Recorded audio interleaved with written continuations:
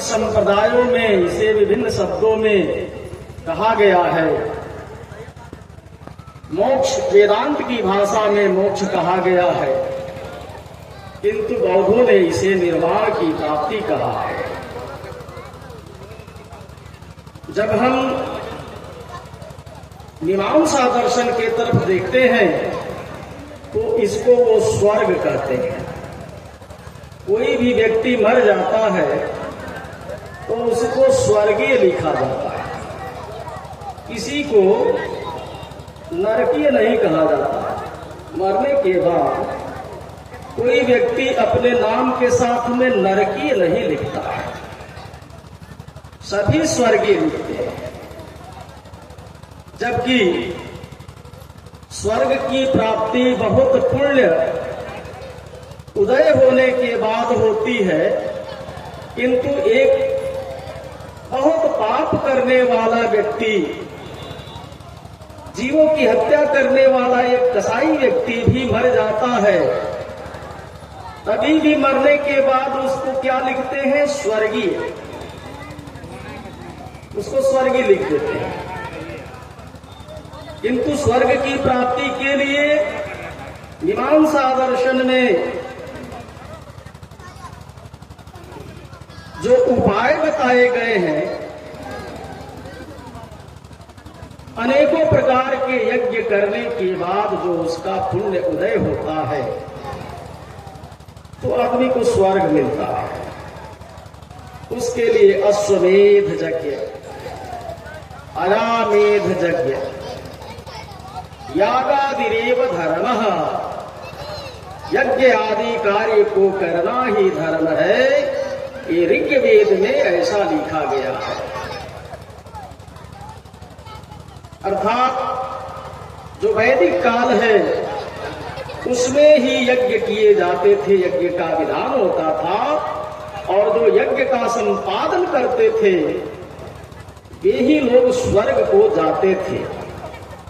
किंतु स्वर्ग में जाने के बाद भी क्षीणे पुण्य मृत लोके विसंति, पुण्य क्षीण हो जाने के बाद उस स्वर्ग से फिर हटा करके उनको नरक में डाल दिया जाता था। हम लोग जिस मृतलोक में बैठे हुए हैं, जिस दुनिया में बैठे हुए हैं, इसका नाम मृतलोक है। यहाँ जो भी प्राणी हैं सभी लोग मरणशील हैं, सभी मरने वाले हैं। बुद्ध ने यही कहा कि जीवन में यही सच्चाई है कि हम एक दिन इस दुनिया से चले जाएंगे, इसको कोई झुठला नहीं सकता है। चाहे कोई भी उपाय आदमी करे, फिर भी आदमी को मरना ही होगा। तो अभी मैंने स्वर्ग की बात बताई। वेदांत शास्त्र में मोक्ष लिखा गया है। मोक्ष की प्राप्ति करने हेतु ब्रह्मविद ब्रह्मैव भवति, ब्रह्म की प्राप्ति करने वाला व्यक्ति ब्रह्म में समाहित होता है, ब्रह्म के समान हो जाता है, तब उसको मोक्ष की प्राप्ति होती है। कैवल्य की प्राप्ति, केवली भाव की प्राप्ति, निर्वाण की प्राप्ति, अपवर्ग की प्राप्ति, सांख्य दर्शन में अपवर्ग की प्राप्ति, जो मोक्ष की प्राप्ति, स्वर्ग की प्राप्ति, उसको अपवर्ग की प्राप्ति कहते हैं। अब किसी ये मध्य क्षेत्र जो चारों तरफ यहाँ विभिन्न जाति धर्म संप्रदाय के लोग हैं, किंतु इस मठ में सभी लोग आते हैं। यहाँ जो मुस्लिम संप्रदाय के लोग हैं उनसे कहा जाए कि आप स्वर्ग में जाएंगे, मोक्ष की प्राप्ति करेंगे, तो वो ये स्वीकार नहीं करेंगे, क्योंकि इस्लाम धर्म में जन्नत का विधान है। वे जन्नत को जाएंगे, दोजख और जन्नत। बौद्धों को कहा जाए कि आप स्वर्ग की प्राप्ति करेंगे, तो वो स्वर्ग की प्राप्ति नहीं करेंगे, वो निर्वाण की प्राप्ति करेंगे। निर्वाण के लिए क्या विधान है? निर्वाण वह वस्तु है जैसे दीपक है, अभी दीपक जलाया जाएगा, आरती पूजन होंगे। दीपक में क्या होता है? दीपक में तेल होता है, दीपक में रुई की बत्ती बना करके लगाई जाती है, और दीपक एक पात्र है जिस पात्र में तेल और रुई की बत्ती बना करके डाल दी जाती है और उसको जला दिया जाता है। उसमें प्रकाश होता है और धीरे धीरे धीरे धीरे जलते जलते वह दीपक संपूर्ण तेल को सोख लेता है रुई, और अपने आप वो बूझ जाता है। अब बूझ जाने के बाद जब संपूर्ण तेल समाप्त हो गया और दीपक अपने आप बूझ गया, उसके बाद आप बहुत प्रयास करेंगे, जब तक उसमें तेल नहीं डालेंगे तब तक वो दीपक, चाहे 25 माचिस आप जला करके उसको जलाने की कोशिश करेंगे, नहीं जलेगा। तो क्या कहा बुद्ध ने? कहा निर्वाण की प्राप्ति वो है कि हमारे जीवन के अंदर जो भी पाप और पुण्य है संपूर्ण रूप से समाप्त हो जाए। जिस तरह से दीपक जल करके उसके तेल बिल्कुल समाप्त हो गया, तब निर्वाण की प्राप्ति होती है। तो अलग अलग जो सिद्धांत हैं, धर्म हैं, विचारधाराएं हैं, उनके अनुसार कबीर पंथ में हम लोग बैठे हुए हैं। कबीर पंथ के मंच से हम लोग विचार को श्रवण कर रहे हैं। कबीर ने स्वर्ग को भी स्वीकार नहीं किया, मोक्ष को भी स्वीकार नहीं किया, वैकुंठ को भी उन्होंने स्वीकार नहीं किया।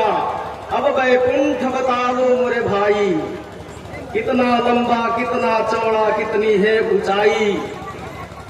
उन्होंने पूछा कहाँ वैकुंठ है, किस लोक में वैकुंठ बसता है? स्वर्ग विसाहन सब चले जहाँ बनिया न हाट।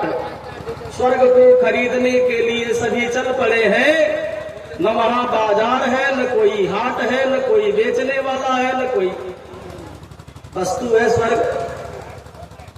कबीर साहब ने स्वर्ग को मानते हैं, न मोक्ष को मानते हैं।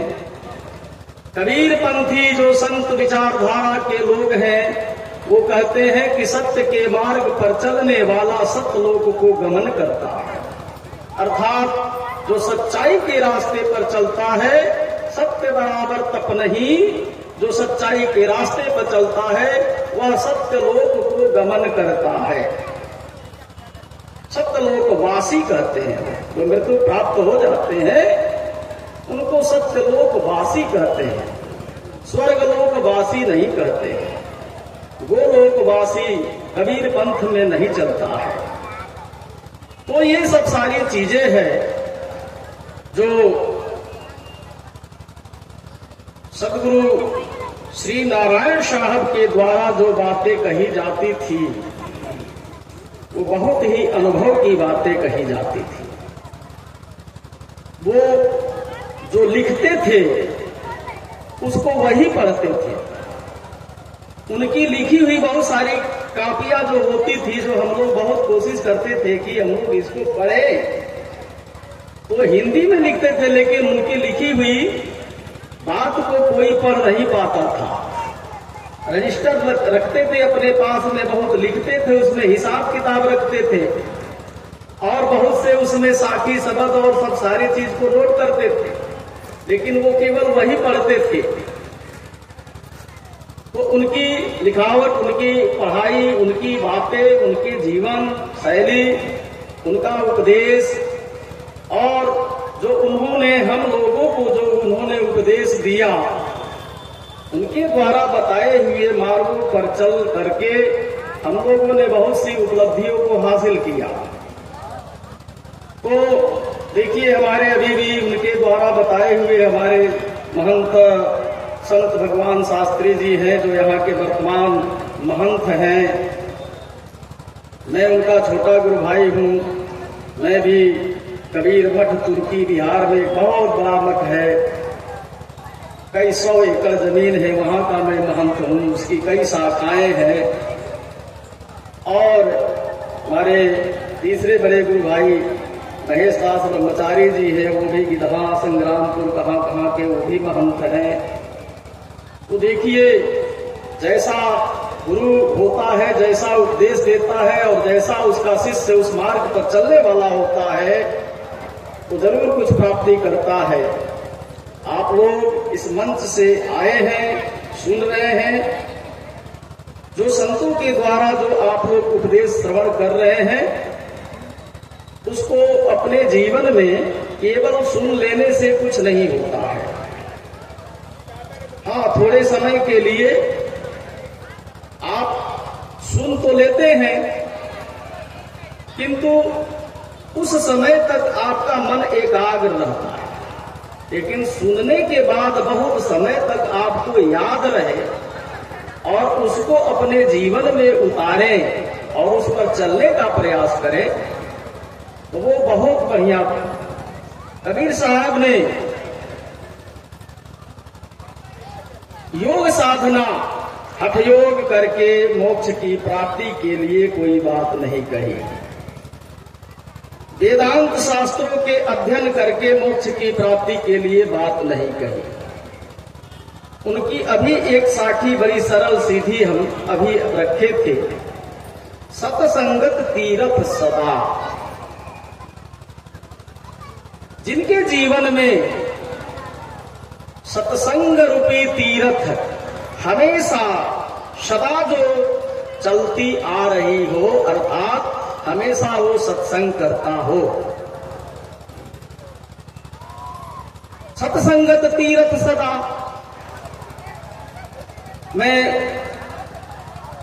एक आचार्य के नजदीक बैठ करके मैं पढ़ रहा था, तो पढ़ा रहे थे, सत्संग की ही टॉपिक पर पढ़ा रहे थे। तो उन्होंने कहा कि सज्जना नाम संगति इति सत्संगति।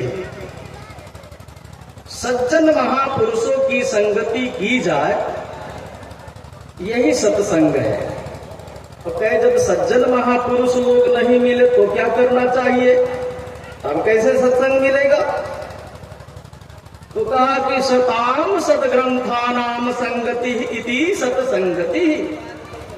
अरे सज्जनों के द्वारा जो सदग्रंथों की रचना की गई है, यदि संत लोग और सज्जन लोग नहीं मिलते हैं तो उनके द्वारा जो लिखित हुई जो सदग्रंथ है, जब तक आप उसको पढ़ेंगे एकाग्रचित होकर के और उसमें से भी कुछ आप साखी शब्द पढ़ करके उसको अपने आचरण में लाएंगे तो वो भी तो सत्संगति है। तो उसी तरह की बात इसमें है कि सत्संगत तीरथ सदा सदग्रंथन नित पाठ। जो सदग्रंथों को नित्य नियमित पाठ करे और सत्संग में हमेशा रहे, सत्संग के द्वारा विचारों को सुन करके उस विचारों को अपने आचरण में समाहित करे। कहा ऐसे प्राणियों के लिए क्या है, गुरु शब्द में निष्ठा रहे। जो गुरु के द्वारा सुनी हुई उपदेश है उसके प्रति वो निष्ठावान रहे, लगाव रहे, उसके प्रति प्रेम रहे, उस पर अटल रहे।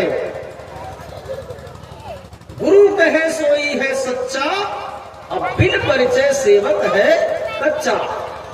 जब गुरु के द्वारा कई हुई बातों पर यदि चलता है तो निश्चित ही वो उसको मुक्ति गति चाहे जिस रूप में समझे, सतलोक गमन, निर्वाण की प्राप्ति, मुक्ति गति, सत्संग सतलोक की प्राप्ति, सब प्राप्ति हो जाएगी। तो कबीर साहब ने बहुत ज्यादा इधर उधर भटकाने की बात नहीं कही। ऐसा कहा, नित खरसाम लोहा घन छूटे और नित की गोष्ठी माया मोह छूटे। खरसान जिस लोहे पर जंग लग गया हो, उस जंग को लेथ मशीन पर चढ़ा दिया जाए और बार बार उसको सफाई की जाए, उस पर कभी जंग नहीं लगेगा। और जो व्यक्ति हमेशा सत्संग करता रहेगा वो कभी मोह माया में, कभी अज्ञानता में वो नहीं फंस सकता है। तो कबीर साहब ने जो मुक्ति की बात कही वो बहुत सीधे साधे बात कही। कहा कि सत्संगत तीर्थ सदा, हमेशा सत्संग में तीर्थ मान करके सत्संग को हमेशा अपने जीवन में उतारे और सब ग्रंथों का नित्य पाठ करे और गुरु के शब्दों में उसकी निष्ठा बनी रहे। उसको अन्य कहीं कोई जप तप तीर्थ व्रत कुछ करने की कहीं कोई जरूरत नहीं है, उसी से उसका कल्याण हो जाएगा। और भी हमारे बीच बड़े बड़े महात्मा लोग, बड़े बड़े विद्वान महापुरुष लोग आए हुए हैं। ये तो हमारा अपना ही मंच है, इसलिए मैं ज्यादा टाइम ना लेते हुए मैं अपनी बात को इतने कम शब्दों में ही रखते हुए अपनी वाणी को यही मैं विराम देता हूं और आगे मैं माइक को संचालक महोदय के पास मैं प्रेषित करता हूं, वो दूसरे को टाइम दें। इतना कह करके बहुत बहुत धन्यवाद, आप लोगों ने हमारी बातें सुनी। बोलिए सद्गुरु कबीर साहेब की जय।